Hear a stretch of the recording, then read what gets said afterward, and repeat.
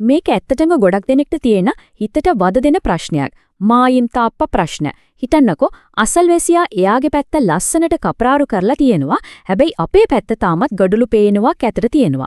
ඉතින් අපේම සල්ලි වියදම් කරලා අපේ පැත්ත ලස්සන කරගන්න බැරිද? අද අපි මේකේ නීතිමය පැත්ත හරියටම මොකද කියලා පැහැදිලි කරගමු. හරි. එහෙනම් අපි කෙලින්ම ප්‍රශ්නෙට බහිමු. මෙන්න මේ වගේ අවස්ථාවක් ගැන හිතන්න. අසල්වැසියා එයාගේම වියදමින් සම්පූර්ණයෙන්ම එයාගේම ඉඩමේ මායිම් තාපයක් බැඳලා එයාගේ පැත්ත විතරක් කපරාරු කරලා තියෙනවා. අපේ පැත්ත තාමත් ගඩොල් පේන තත්ත්වේ තියෙන්නේ. දැන් අපිට පුළුවන්ද අපේම වියදමින් අපේ පැත්තට තියෙන තාප කොටස කපරාරු කරගන්න? මේක තමයි අද අපි විසඳ ගන්න යන ගැටලුව. හැබැයි ඉතින් මේකට නීතිය දෙන උත්තරේ නම් අපි සාමාන්‍යයෙන් හිතන එකට වඩා ගොඩක් වෙනස්. ඇත්තටම නීතියේ මේ දිහා බලන විදිය ඇහුවම පුදුම හිතෙන්නත් ඉඩ තියෙනවා. මොකද ඒක අපේ සාමාන්‍ය තර්කයට ටිකක් පටහන්නේ. දැන් බලන්න මේ පරස්පරය.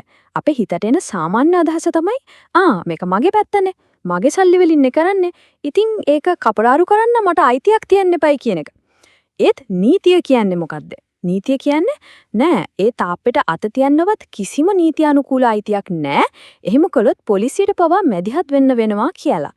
ඉතින් ඇයි එහෙම වෙන්නේ? ඒකට හේතුව තමයි අපේ නීතියේ තියෙන ඩොමිනියම් එහෙම නැත්නම් පරම අයිතිය කියන සංකල්පය.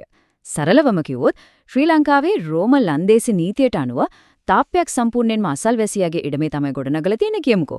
එනනම් මේ සම්පූර්ණ තාප්පයම පරම අයිතිය, ඒ කියන්නේ ඇබ්සලියුට් ඕනර්ෂිප් එක තියෙන්නේ ඔහුට. මේකදී වැදගත්ම දේ තමයි අපේ පැත්තට හැරිලා තියෙන මතු පිට පවා නීති අනුකූලව අයිති වෙන්නේ අන්න ඒ අසල්වැසියාටම තමයි. මේක නිකන් සුළු දෙයක් කියලා හිතන්න එපා. නීතියේ හැටියට අපි එහෙම අවසර නැතුව තාප්පෙට අත තිබ්බොත් ඒක අනවසරයෙන් නැතුල් වීමක්. එහෙම නැත්නම් ට්‍රෙස්පාසින් ඒ වගේම දේපල හානි කිරීමක් විදිහට සලකන්න පුළුවන්. ඉතින් හිතන්නකෝ අයිතිකාරයා පැමිණිල්ලක් දැම්මොත් ප්‍රාථමික අධිකරණ පනත යටතේ පොලිසියට බලය තියලා සාමයක් කඩවීමක් වළක්වන්න කියලා එවිත් ඒ වැඩේ නවත්වන්න. හරි. එහෙනම් මේකට නීතියානුකූල සාමකාමී විසඳුම මොකද්ද? අපි බලමු කිසිම ප්‍රශ්නයක් නැතුව මේක හරියට කරගන්නේ කොහොමද කියලා. මෙතනදී මතක තියාගන්න ඕන වැදගත්ම දේ තමයි නීතිය පස්සේ දුවනවට වඩා හොඳම දේ සාකච්ඡාව. බලන්න මේ පියවර කොච්චර සරලද කියලා. පළවෙනිය තමයි අසල්වැසියා එක්ක සුහදව කතා කරන්න. සමහර වෙලා හොඳ තේ එකක් බොන ගමන් මේ වගේ ප්‍රශ්න ඕනතරම් විසඳ ගන්න පුළුවන්. දෙවනුව මේකෙන් දෙගොල්ලන්ටම තියෙන වාසිය පැහැදිලි කරන්න. මෙහෙම කියන්න පුළුවන්. මම මගේ වියදමින් මේ පැත්ත කපරාරු කරලා දෙන්නම්. එතකොට ඔයාගේ ගඩොල් ටිකත් අව්වෙන් වැස්සෙන් ආරක්ෂා වෙනවනේ කියලා. තුන්වෙනි පියවර තමයි වැදගත්ම දේ. අනාගතයේ කිසිම මතභේදයක් ඇති නොවෙන්න පුළුවන් නම් සරල ලිඛිත අවසරයක් ඉල්ලා ගන්න එක. ඇත්තටම බලන් ගියාම මේ වගේ ආරවුල් වලින් 99%ක්ම විසඳ ගන්න පුළුවන් වෙන්නේ හරිම සරල සාමකාමී ඉල්ලීමක් කරහා. නීති මාර්ගයට යන්න කලින් හොඳ හිතින් කතා කරන එකෙන් සල්ලි වගේම ලොකු මානසික පීඩනයක්වත් නැති කරගන්න පුළුවන්. හරි. එතකොට මෙහෙම ප්‍රශ්නයක් එනවා. අපි කතා කළා. ඒත් අසල්වැසියා කෙලින්ම කිව්වා බෑ මගේ තාප්පෙට අත තියන දෙන්න බෑ කියලා. එතකොට මොකද කරන්නේ? බලාපොරොත්තු අතාරින්න ඕනේ නැහැ. ඒකටත් නීතියානුකූල විකල්ප තියෙනවා. වැදගත්ම දේ තමයි අසල්වැසියා අකමැති නම් බලහත්කාරයෙන් වැඩේ කරන්න යන්න එපා. ඒ වෙනුවට අර තාප්පෙට කිසිම හානියක් නොකර අතවත් නොතියා අපේම ඉඩම ඇතුලේ කරගන්න පුරුවන් දේවල් කීපයක් තියෙනවා.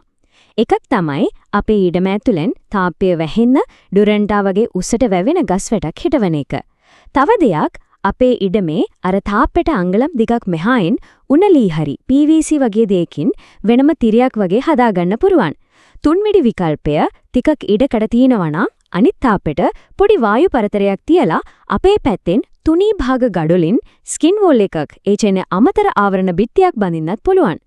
හැබැයි මෙතන තියෙන රන් රීතිය තමයි මේක. මේ කියපු හැම විසඳුමක්ම එකක්වත් අර මායිම් මිර පහු කරන්න බෑ. හැමදේම කරන්න ඕනේ සම්පූර්ණම අපේම ඉඩම ඇතුලේ. හරි අපි දැන් නීතිමය කාරණාවලින් පොඩ්ඩක් ඈත් වෙලා මේකේ ලොකු චිත්‍රය දිහා බලමු.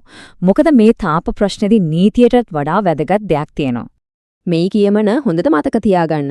හොඳ අසල්වැසි සම්බන්ධතාවයක් කියන්නේ කෝටි ගණනක් වටිනා දේපලවත්කමක්. ඒක පොඩි සිමෙන්ති බාල්දියක් නිසා නැති කරගන්න එපා. ඇත්තටම කපරාරු කරන්න කලින් එක වචනයක් අහන එක අපේ සාක්කුවට වගේව අපේ මනසේ සාමයටත් මිල කරන්න බැරි තරම් වටිනවා. ඉතින් අවසාන වශයෙන් මේක ටිකක් හිතාන ඉතුරු කරන ප්‍රශ්නයක්. තමන්ගේ දේපල සම්බන්ධ නීතිමය අයිතීන් විතරක්මද වැදගත්? එහෙම නැත්නම් අසල්වැසියෙක් එක්ක තියෙන හොඳ හිත, තමන්ගේ මනසේ සාමය කියන දේවල් කොයිතරම් වටිනවද? මේ දෙක සමබර කරගන්නේ කොහොමද? අවසාන වශයෙන් වැදගත් දෙයක් මතක් කරන්න ඕන මේ තොරතුරු සාමාන්‍ය දැනුවත් කිරීම සඳහා පමණයි. මේක නීති උපදෙසක් විදියක සලකන්න එපා. යම්කිසි බරපතල ආරවුලක් තියෙනවා නම් අනිවාර්යයෙන්ම නීතිඥවරයෙකුගෙන් හෝ ප්‍රදේශීය පොලිසියේ සිවිල් අංශයෙන් නිවැරදි උපදෙස් ලබා ගන්න එක තමයි කළ යුතුම දේ.